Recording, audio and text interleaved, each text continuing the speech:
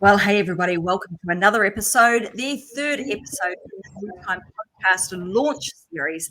It's my pleasure to be here with you today. My name's Tracy Wilson. I am a show host, podcaster, best-selling author, coach, and mentor to many all over the world. And in this episode today, we are going to be discussing the topic of resilience, which we've just had a little, I'm going to say a little tester of our own level of resilience before we jumped on today's actual live stream. So it's been a little bit fun, but also a little bit challenging.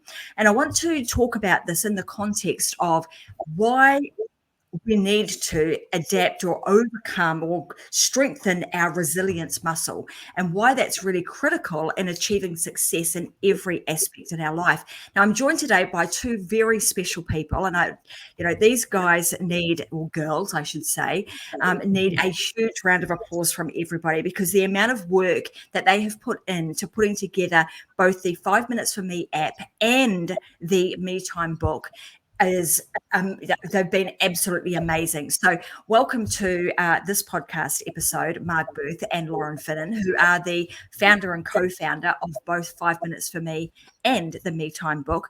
And we also have the amazing Alex Stainforth. We're going to be diving into Alex's story. He's going to tell us a whole lot about the sorts of things that he's done to overcome self-limiting beliefs, challenges in his life, and how he has actually adapted or strengthened his resilience muscle, and how you can actually do it too. So I want to say a huge big welcome to everybody. Hang around if you are somebody who, over time just sometimes feels a little bit beaten down. Maybe you're feeling a little bit tired. Maybe you're feeling like you just wish you had a little bit more in the tank, and you had to find some way of being able to find some resilience inside of you to continue to feel motivated and continue to move forward in your life. Because today's episode, particularly with what Alex has got to share with you, is really, really going to help you.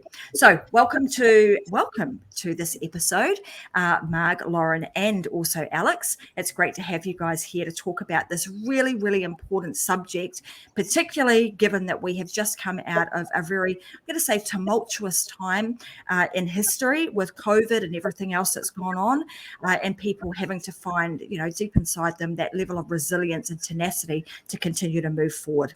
So before we kick off with our piece around resilience, I want to sort of hand over the mic to Marg for a moment. I'm going to let her share a little bit about the 5 Minutes for Me app, and also the Me Time book, and what it actually has meant to you personally, Marg, in developing this, particularly at a time where things have been tumultuous and people have had to dig deep to find that level of resilience to enable them to move forward. Tell us about what's been going on with you and what you've been doing. Thanks, Tracy. Thanks so much. And welcome to Alex to be here with us today. Yes, tumultuous was probably an understatement for what everybody globally went through in 2020. And for me, I pretty much lost my whole professional speakers bureau overnight with the lockdowns and things like that. And then it was about, where do we move from here? And I am a firm believer that out of everything bad comes something good. And I absolutely think that resilience is a part of always moving forward. And, it's okay that we have these bad days and bad times. And I think, that we actually accept that happens. That's life. It will happen. But then not staying in that time. It's about looking forward, and it's actually not just about looking forward, but it's actually about taking the steps day by day, big steps or little steps, doesn't matter, but it's about our actions that we do, and I say do, our actions that we do that will get us moving forward. And I think with that, that is so much a part of what resilience is. And the whole concept from me losing my business, when I say out of everything bad comes something good, has come this beautiful world of, understanding, well, okay, I already have a database of all these amazing, incredible, talented speakers. Why don't we do something with this? And it was about not pressuring people even more that they have to spend 30 or 60 minutes a day on their wellness or their mindset. Why can't we have that and have that quickly? So why can't we get some amazing talent to put together some content and some tips in a short time frame that we think 5 minutes is achievable for everybody in life? So that's where the actual app came from initially, is that people can listen to it when they're getting dressed in the morning, or when they're driving back from dropping the kids off at school, or making coffee, whatever. That suits the people that are very much auditory. And then from that, as a part of the strategy, has been, okay, well, how do we help the other people that want something physically and tangible and something that can be interactive for them? So, Lauren has always been on this journey with me of, seeing the big picture here and putting all this together. And she's done this incredibly amazing job of putting the Me Time book together. So now we have both products that people can use and just take 5 minutes to listen to the audio, or each of the diverse chapters in the book is also a 5-minute read. So, we want people to utilize this and to just, it's called Me Time for a reason. It's about taking the time for us individually to be able to help ourselves, to grow and strengthen ourselves, to be able to take those steps forward and be more resilient by the actions that we do. And it's just a beautiful community of these amazing, talented people that have, done the audios and also now in the book. And as you'll hear from Alex, and about his great story and his great successes, and, ultimately together we can all help people to improve their daily resilience and their daily life. Well, I want to say a huge big thank you to you, Marg, for actually putting both the app and this book together, being a change maker, being somebody who identifies that there are, there's something going on right now and I need to do something about it. But not only did you do this from a point of view of, gosh, we just had some other speakers where we were talking to them about mindset and, talking about the red zone and the blue and the green zone, that red zone being where we're down in the dumps, things are not going so well. And you could have quite easily have gone, oh my gosh, hands up in the air, I give up, this is just not working. The world of speaking is over as we know it. But you certainly didn't do that. You went the complete opposite, used your resilience muscle, you strengthened that even further by saying, now what else can I do? And realizing that you had this huge database of amazing speakers. Now, what could you do? Not just for the end user, but you actually did something amazing for each and every one of those speakers, because like you, your speakers bureau was not able to, you couldn't get people on stages. Those speakers couldn't get on stages either. So you went and you pivoted and you adapted to the environment and said, I'm not going to just sit here and be prepared to allow that to be just so. You did something about it. And you actually thought about the people that you serve at both ends of the spectrum, and you created these two beautiful products that really do make a difference to people's lives. So I want to give you credit for that, because I think credit where credit's due. You deserve that, both you and Lauren.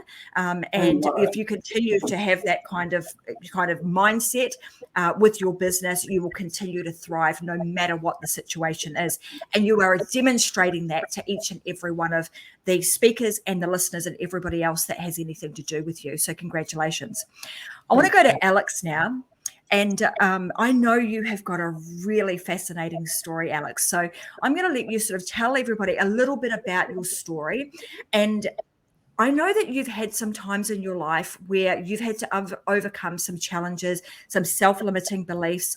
And I want you to sort of share one of those pivotal moments to create a bit of context to what we're talking about today. So I'll hand it to you for a moment to tell us a little bit about your backstory.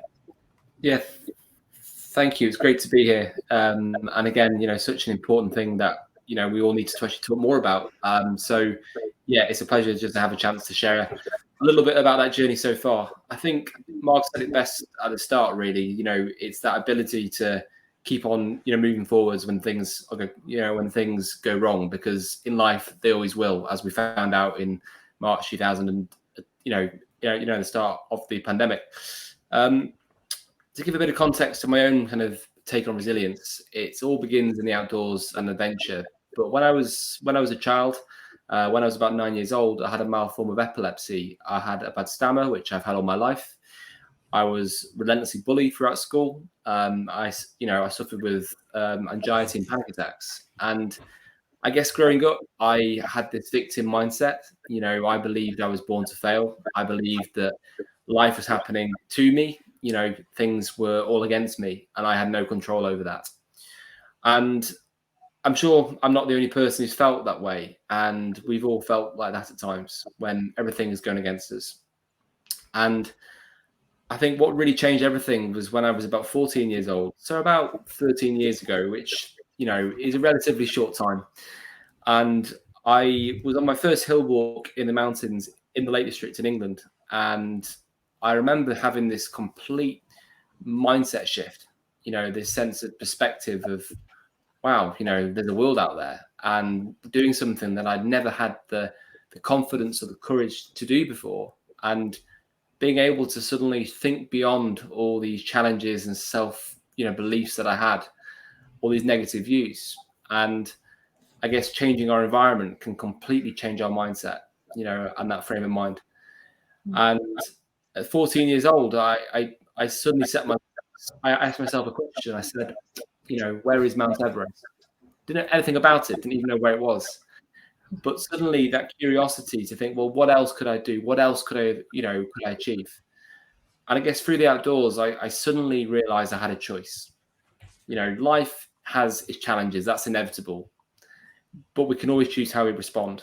And I think it's that response, it's that ability to, at the start again, that ability to turn a negative situation into an opportunity.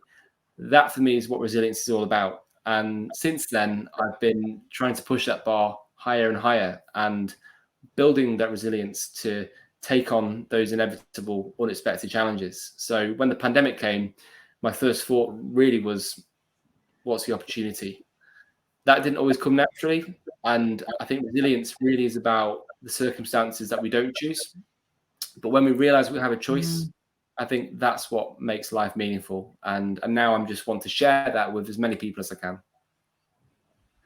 I mean, Alex, that's such a powerful story, and congratulations on, the journey that you've had, and, being the young person you are now. Gosh, the world's your oyster. You've got, now that you've got in this world, boy, oh boy, I'm going to love to follow your journey and see where that takes you. But, it's interesting, isn't it? Because it's just one small thing, like you said, taking yourself outside of the comfort zone, doing something that was not typical to you, and it was just something quite simple, going to walk a hill almost in your own environment. Right? You actually changed the environment in which you were in, got outside into nature, started walking that hill, and all of a sudden, it was poof, there becomes an epiphany that what I've been told or what I've been led to believe about myself is actually not true. And you proved that by the simple fact that you are now in a different environment, thriving in a new environment. So it was almost as if you proved to yourself that, gosh, if I actually just change my environment, little tip here, guys, I'm going to change my environment. And then all of a sudden, that environmental change has made such a big difference. The epiphany drops. You're thinking then about, I'm walking a hill, and now I'm thinking about, one of the tallest mountain in the world. I'm going to climb Mount Everest. I mean, who would have thought? But by simply changing your environment, it gave you the opportunity to think and dream about something a little bit different. And I love the fact that you talked about this, because I want us to kind of come back to this on the regular, which is what else? It's this thought, it's almost this pondering of what else is possible. So now let's fast forward a little bit, Alex, and you're now kind of flicked the switch, so to speak, and you've realized that, gosh, there's more to life. Like my eyes are wide open now, and I'm wanting to do something a little bit different. Talk us through, because that would have been, 14 years of, let's say, conditioning. You have to start to unwind and reprogram. Let's start talking a little bit about that. What did you actually do? What were some of those key self-limiting beliefs that you had to recognize and you had to unravel and rewire? Great question. And I think, going through school, I just had, I guess I was conditioned to believe that, it was something wrong with me, like I was at fault, and essentially not having the confidence, not having the drive to actually achieve anything, and I think I had no idea at the time, of course, because, they don't teach you things at school, that this was actually the best conditioning, the best training I could possibly have had for everything that came next. So after that initial experience, I guess it was that catalyst to, to think, well, what else can I achieve? What else can I kind of prove myself and prove all the bullies wrong? And it wasn't an overnight process. I think resilience is like training, and we have peaks and troughs. We're always on the spectrum somewhere. We have periods of kind of poor resilience, whether that's due to stress or life events or illness, etc. And even now, it's something we all have to work on. And essentially, the next challenges weren't things that I necessarily kind of volunteered to do. So I went on to climb Mont Blanc when I was 17. That was the first sort of big step towards Everest. Went out to Nepal in 2013, trying to climb a 7,000 meter peak in preparation. Went to Everest in 2014 when I was 18. After 18 months of fundraising and just getting to the actual mountain, which was probably kind of half the battle. After 3 weeks of walking into base camp, there was a massive avalanche in the icefall, which sadly killed 16 climbing Sherpas. And so suddenly this perception of success and being able to work hard and achieve goals, you suddenly realize that the mountain doesn't give a damn how hard you've worked or, how much I've fundraised. And then it's about, again, coming back to that conditioning that I had as, as a child on that first walk. What's the opportunity? How do I respond to this? I can whinge, I can complain, I can blame people, or you can take ownership of the situation. Now, again, it wasn't instant. 18, I think it's okay to feel a bit angry and a bit upset and a bit miffed. That's perfectly normal and human. But the quicker we can accept the situation and we can move forwards, I think that for me is the key to actually being resilient and dealing with this. And after that, I went back to Everest in 2015 at 19, and who knew things were going to be a whole lot worse. So we got to base camp, we'd set off to Camp 1, and we were just below Camp 1 in the icefall when the earthquake hit Nepal. And so at 19, I'm now in a near-death situation, and nothing can train you for that. No amount of motivational quotes or mindset is gonna really get you through that.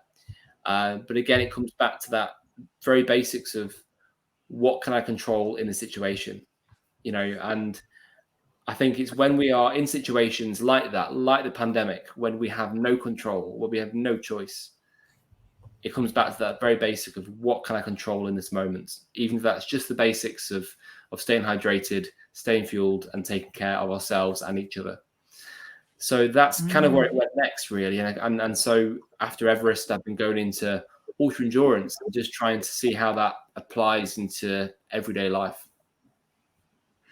Gosh, I mean, right at the beginning, you said, you had the best training ever to get to the point where you could actually become a very successful, human being, an adult, through having all of the challenges, having all of the obstacles, having, facing bullies and these, and this negative conditioning, so to speak, and then finding your way that, oh my gosh, this is something I actually enjoy doing, and then setting some goals. But and what lessons in resilience, right? To be able to go to set your goals on this, fundraise like crazy, excited as all heck to get to finally climb, a dream of yours, to get there and have it almost taken away from you in an instant. And you could have gone, well, I'm scared of that now. I'm not going to go back there. And, this is not for me. But you didn't. You found it within you to muster up the courage to get back out there, stay firm on your dream and understand what it is that the mission, what it is that you were trying to do, and went back again. And then to be hit with an earthquake, and then be going, my goodness, what is going on here? Am I even supposed to climb this mountain?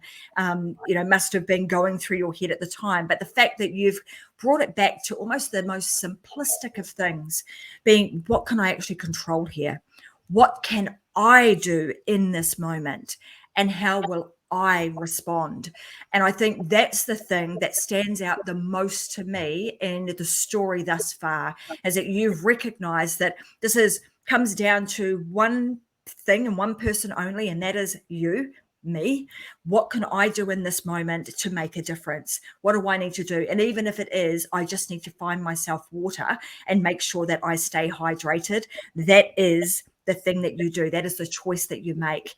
So I love, in that short story, just in its own, that is really a great recipe for how to overcome anything in your life, particularly when you're faced with something that is life-threatening. So I want to ask you this question. So can I just interrupt? Because I just want to say something of what Alex said there that just struck a chord with me.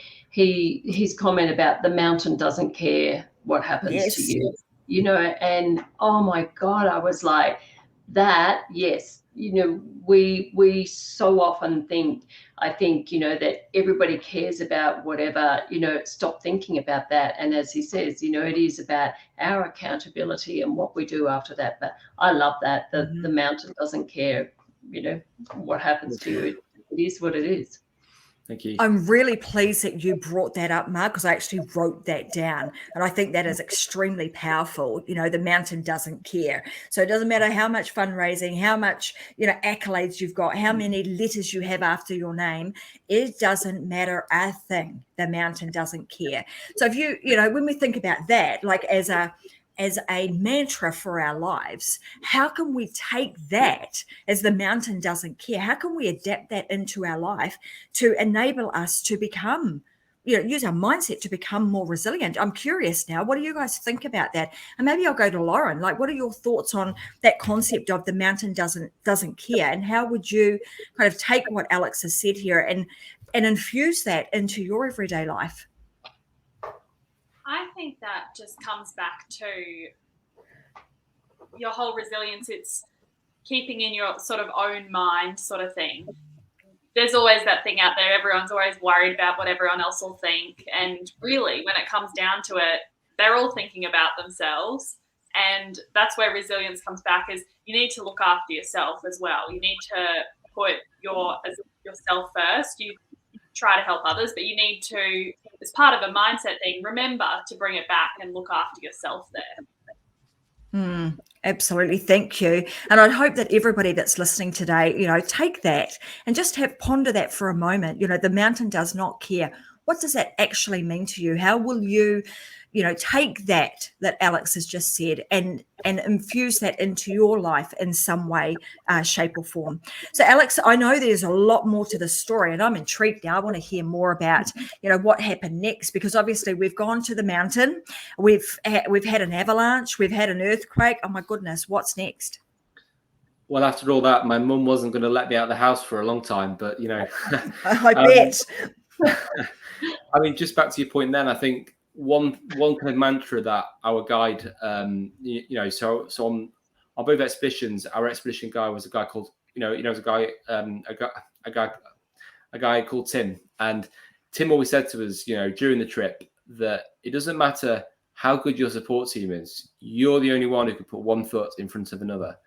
And it felt quite harsh at the time, but it's a really good point, because ultimately we have to be responsible for taking that next step when things go wrong. And obviously that would soon come into practice in ways we never imagined.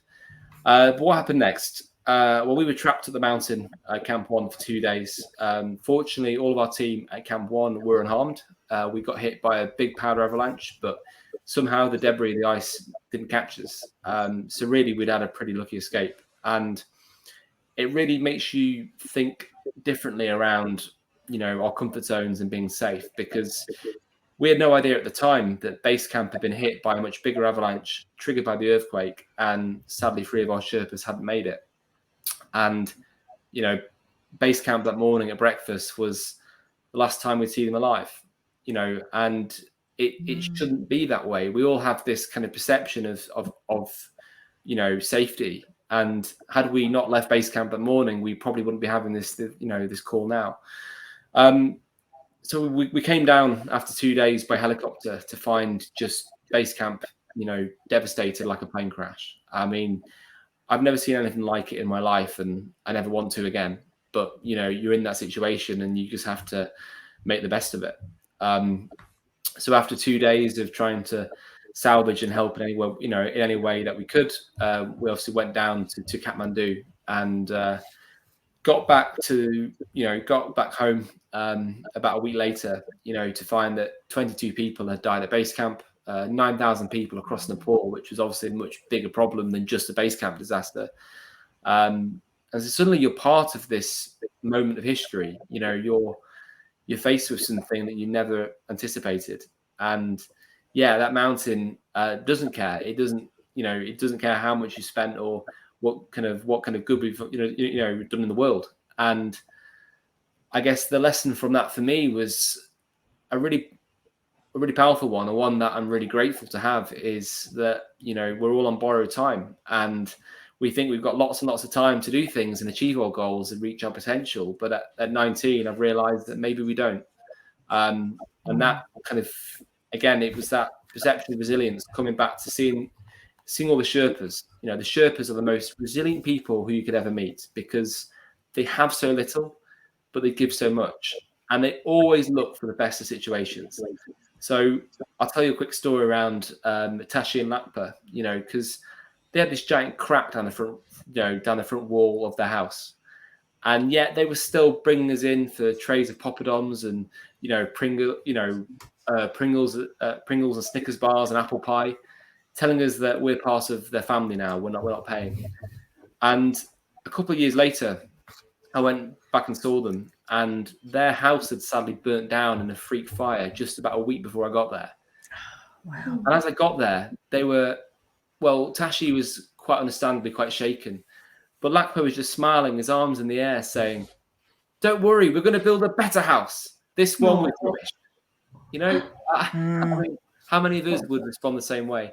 But that's just to give you an example of their resilience. Even in that worst situation, they look for the opportunity, for something to be grateful for. And I know that's mentioned a lot in the book, that power of gratitude.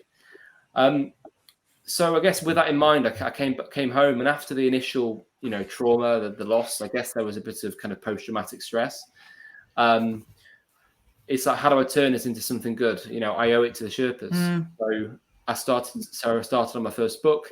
I started doing more challenges to try just, you know, as a fundraiser for the people in Nepal who've lost everything. My speaking career kind of started by chance because of that, because I had two very different stories of Everest. Okay, I hadn't reached the top, but I probably learned something even more important.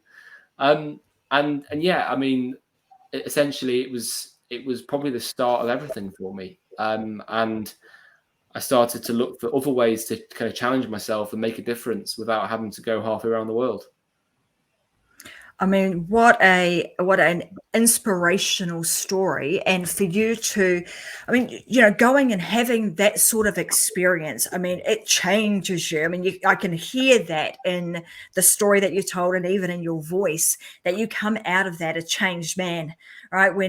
And you're seeing these Sherpas with next to nothing, but still willing to give, still willing to show up, still willing to be, you know, positive, even in the face of adversity, is you know, to be able to see that firsthand and experience it, you would come away from that, as I said, a changed person that has a different outlook on life. And when I come back to this, you know, you talked about we're on borrowed time. You know, when you think about things from that perspective, you really it gives you a different meaning of life, doesn't it? The time that we have, and what is it that we're going to use this time for? Are we going to use it to dwell on things, to be a victim, to, you know, try and be comfortable with our uncomfortableness?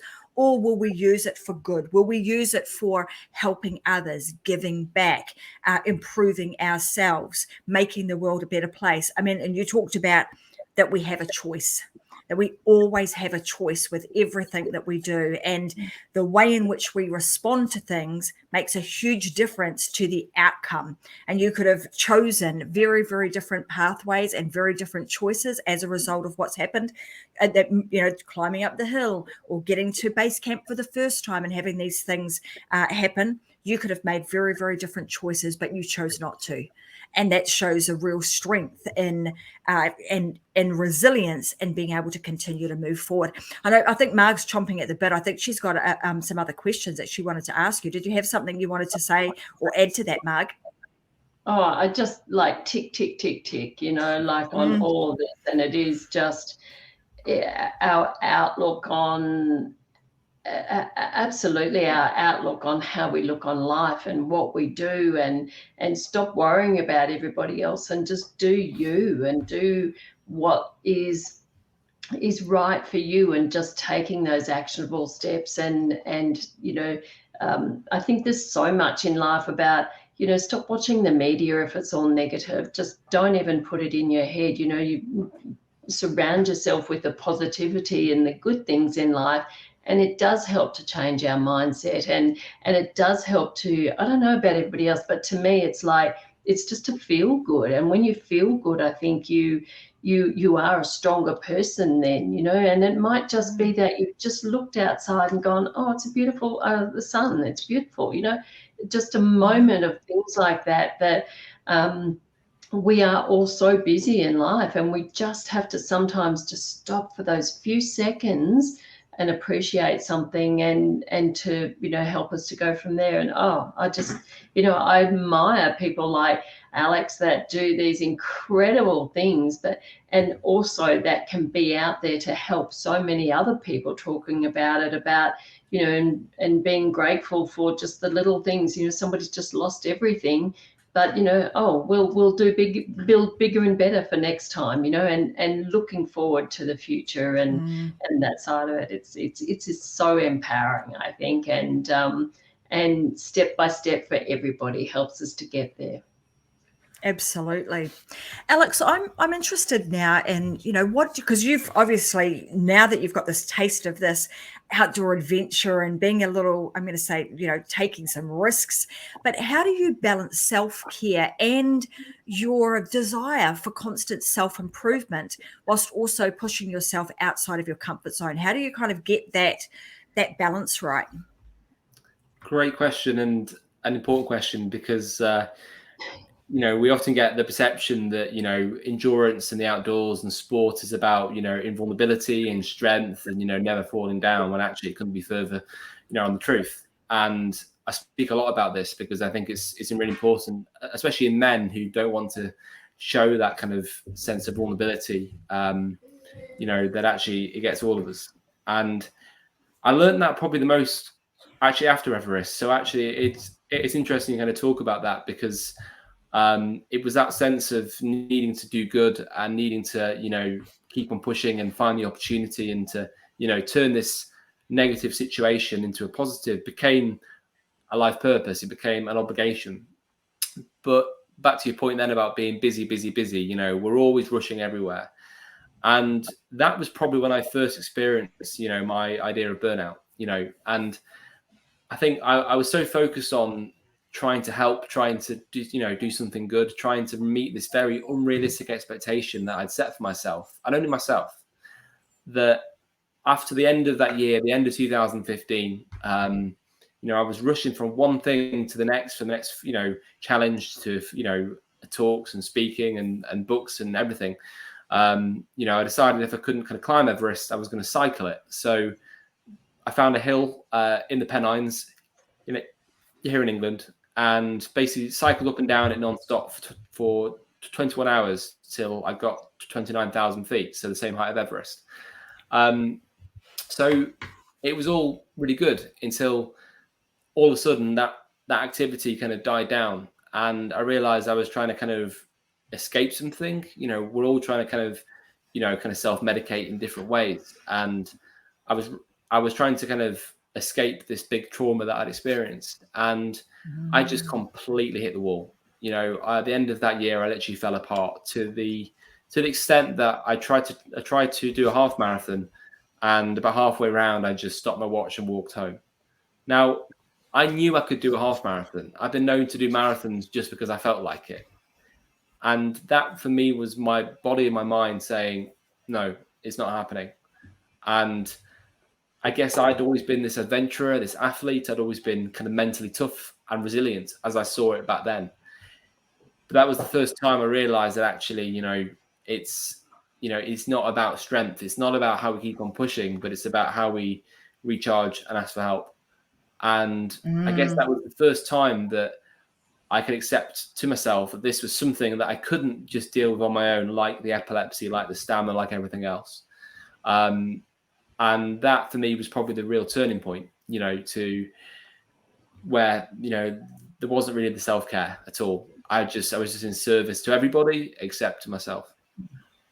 Oh, isn't that, what a lesson to have learned, but what an interesting journey that you've had, going and realizing, coming away from something as significant as going to Mount Everest and having those two major events happen, and then thinking, gosh, I found my life purpose. I'm going to do all of these things for everybody else.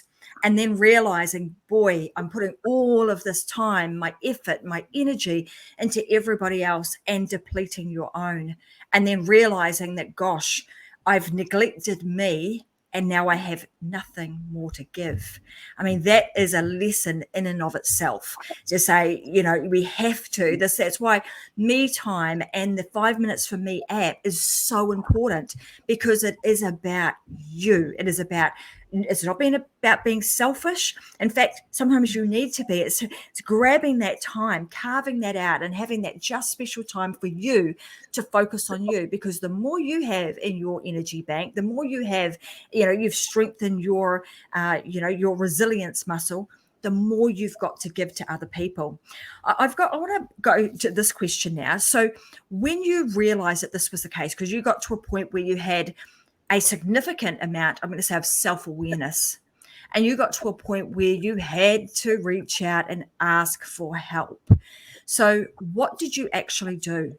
What did you do? Because this is where a lot of people trip up, right? They get to the point where, oh my God, I've fallen over. I don't know how to get up, but I'm just going to lay here until such time as, my legs will work again and I can get myself up off the ground, instead of being able to get up quickly by asking other people for help. So what did you do?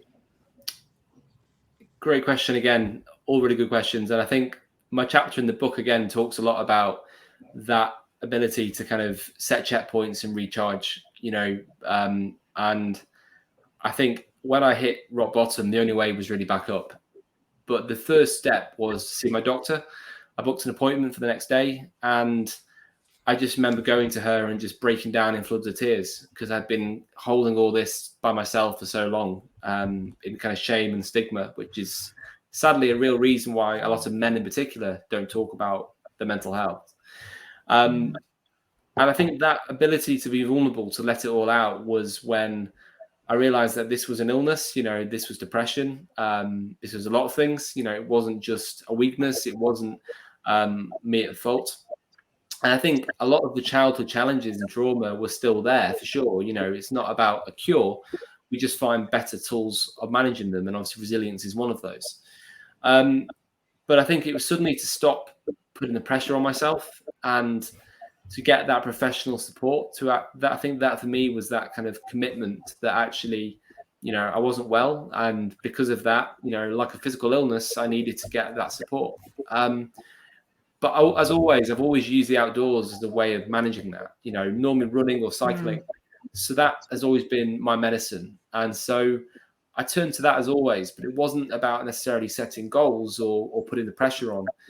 It was often about just enjoying the process, taking 5 minutes just to sit and enjoy that surroundings, and that was still a big part of it. And a lot of my kind of low points have always been when I'm injured or when I can't run or when I can't cycle, which kind of speaks for itself. I think it was a combination of, self-therapy through the outdoors and through being active. But still, still trying to do good, still trying to, still trying to help, because that sense of purpose, I think, is what gets you out of bed when you've lost hope, when you're, in that low point. But it was maybe just starting from the bottom and building it back up with what I could manage, and doing the things that I really enjoyed doing rather than that I felt I should be doing. So I think it's a combination of those kind of three things. But it wasn't an overnight process. But the thing is, it took me longer to get an appointment, to get the help I needed, after then, than it did to cycle, run, walk, and kayak 5,000 miles around England, Scotland, and Wales. So that's what started. That itself was the inspiration for actually starting a charity, to make sure that other people didn't have to wait as long. Yeah, wow.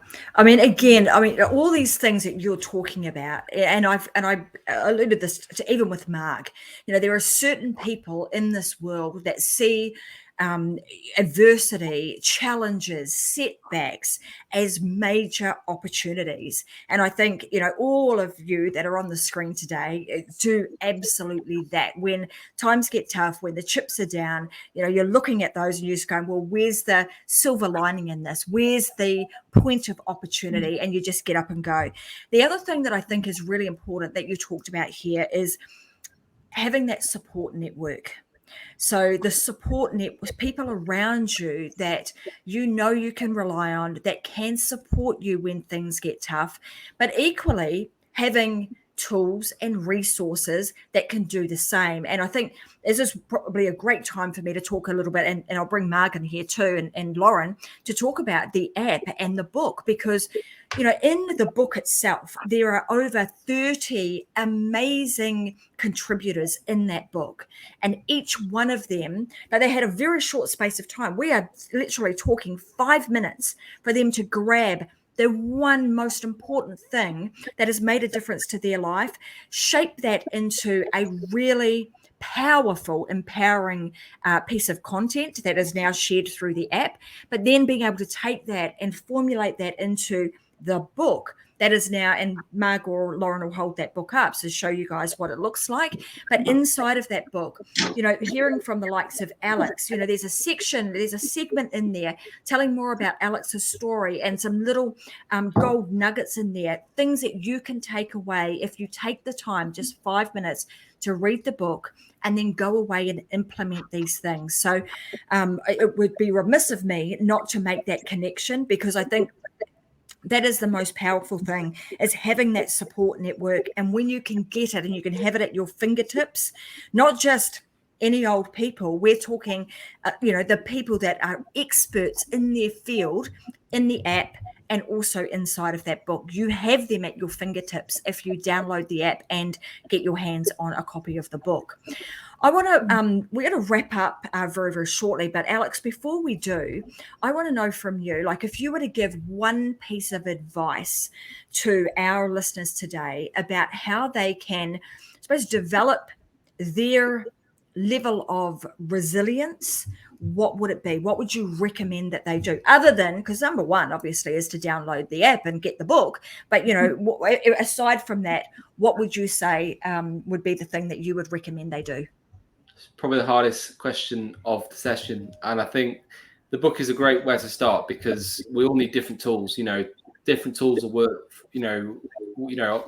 I think, obviously one thing won't work for, each person in the same way. And, my idea of rest and kind of my way of recharging is running up hills in the rain. But obviously that's not going to be everybody's cup of tea.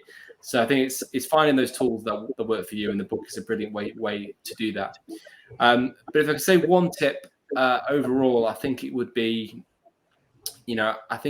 just to focus on what's going well in the moment. It's easy to kind of catastrophize and to think forward and worry about things that are outside of our control, that haven't happened yet and probably won't even happen yet. And it's often about just one small step at a time, and what is going well in this moment right now. And, it might be the simplest things, like, a sunny sky. It might be a smiling face. It might be a nice coffee. But on a mountain, on an ultra marathon, you know, if you can focus on that one thing that's going well, nothing else really matters. And so much can change in a minute, an hour, a week, a day. On a mountain, you learn that firsthand. And if you focus on the now, everything else will just fall into place. Beautifully said. Thank you so much, Alex. I'm going to allow Marg and Lauren to sort of wrap us up in this session and add anything else that you think is really relevant and important on the subject matter of resilience. So, Marg, I'll hand to you. Thanks, Tracy. Look, I just want to say for the record, the name of the app and the name of the book just didn't happen by chance. You know, the app is called 5 Minutes for Me. Let me just say that again, 5 Minutes for Me. And the book, Me Time. So what we're trying to say here, and in the beginning, I was, you know, after all the aftermath of COVID and all the chaos and everything, I was like, you know what, we all need something for ourselves. And it is, I think, exactly that, me time. Just those few minutes a day, whether it's the 5 minutes of listening to an audio of some of these incredibly amazing, talented and very diverse speakers that are actually in the app and doing the 5-minute audios, or whether it's sitting down and looking through this beautiful interactive book and being able to use that. Each chapter is just an individual chapter, and it's about, you know, taking that time to look at the book and not necessarily what you're looking for that day, but what the universe is jumping out at you and saying, here's this chapter here, you know, read this one. So I think it is that we are all so busy in our lives and so stressed in our lives, we often feel so guilty that we just take a little bit of me time. And so we give to everybody else and empty our tank for that. And just 5 minutes of giving back to ourselves in this me time can just do incredibly amazing things to help you in not just physically in your body to relax you with that, but also mentally in the whole mindset and just as a refresh. So I think, you know, we have to stop getting over this whole I've got to go, and just sitting outside and having a coffee for that 5 minutes and having a quick flip through the book can just be enough to help somebody to gather themselves and to be able to move on. And we will become far more resilient with ourselves if we do these small little things like that. So I hope people do. Absolutely. Thank you, Marg. So Lauren, you spent a huge amount of time crafting and putting this beautiful publication together. I'm interested to know, when you put this together, what is your hope that everybody, you know, who is privileged enough to get their hands on a copy of that, what do you hope is the outcome for each and every reader? Yeah, look, touching on what Alex said before, how what resilience is for somebody is totally different for somebody else. And that was the purpose that we tried to put together. It was getting we chose from the app these different audios and chose the different speakers in the book that were all different. So we've got multiple chapters on resilience, but each person has their own personal take on resilience and their own tips on resilience. And it was really trying to get a little bit of everything, so that almost everybody, hopefully everyone who does pick up the book, whether one person's chapter doesn't really resonate with them, they'll move on to the next chapter, and somebody, say, who is like an outdoorsy type like Alex, that chapter really resonates with them.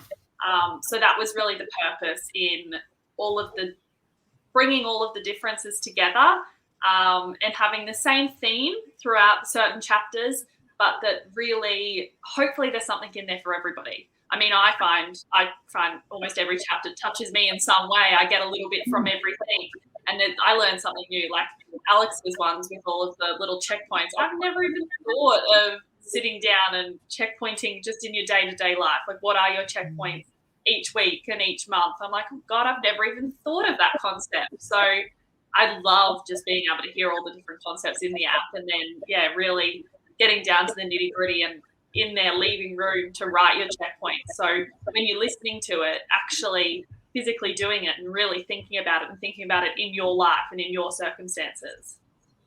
Yeah, and I think that's a great point. I mean, I know you were meticulous in selecting the people that you wanted to be in this very first episode of the book, and were careful in who you selected because you wanted to make sure that there was diversity in there. And the great thing is that with the app, with the hundreds of speakers that we have in the app, there's plenty of room for, the next edition of Me Time, and the one after that, and the one after that. And before long, there'll be a whole series of these. But this is obviously the first one. This will be our flagship, and it's very, very exciting to see this come together with the amazing speakers that are in it.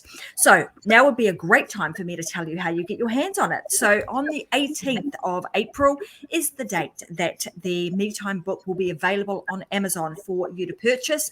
We will have a very special offer. It is not yet confirmed, but I'll tell you it will be a very sharp deal that will be available for you from the 18th of April, and that is Australian time, so Brisbane, Australia time. You'll be able to go to Amazon, purchase the book. We would be ever so grateful if you would purchase it in the very first week. Why do we want you to purchase it in the very first week? Because that will actually help us get that book to a #1 best-selling author status, and it will help every single one of the speakers, the contributors that are in that book, also get to that, get that hefty accolade that we are very much striving for. So I want to say thank you very, very much for your time today in exploring the topic of resilience with us. I want to say a huge big thank you to Alex. Found his story very, very inspiring and motivating, and I really, truly do look forward to continuing to watch your journey and seeing you continue to grow and exercise that resilience muscle, because I have no doubt that there are very, very big things coming for you for sure.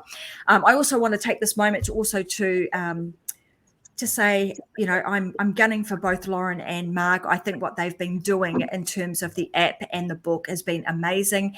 And I want to tell all of our viewers, I hope that you have found out of today's episode just some things. If something resonated with you, then I would encourage you to share this with somebody else. That is the best thing you can do. Take 5 minutes for yourself, take a pen and paper, jot down a few things that you got out of today's episode, and then share this with somebody else who needs to hear Alex's story, who needs to hear about the Me Time book and the app. So do yourself and your friends a favor by sharing this with other people. And absolutely remember that it is essential for building resilience and thriving in all areas of your life that you must take some time for yourself. It is absolutely essential, because as you heard from Alex, you cannot continue to give to other people if you've got nothing left in your tank. So make sure that you do that. Take 5 minutes for yourself. You deserve it. So other than that, I'm going to say thank you very much, and we'll see you on the next episode, the next and final episode of the Me Time book launch. Thanks so much, Alex. It's been an absolute pleasure to have you here on as our panelist today. And thanks again to both Marg and Lauren. Thank you. All right, guys, we'll see you in the next episode. Bye for now.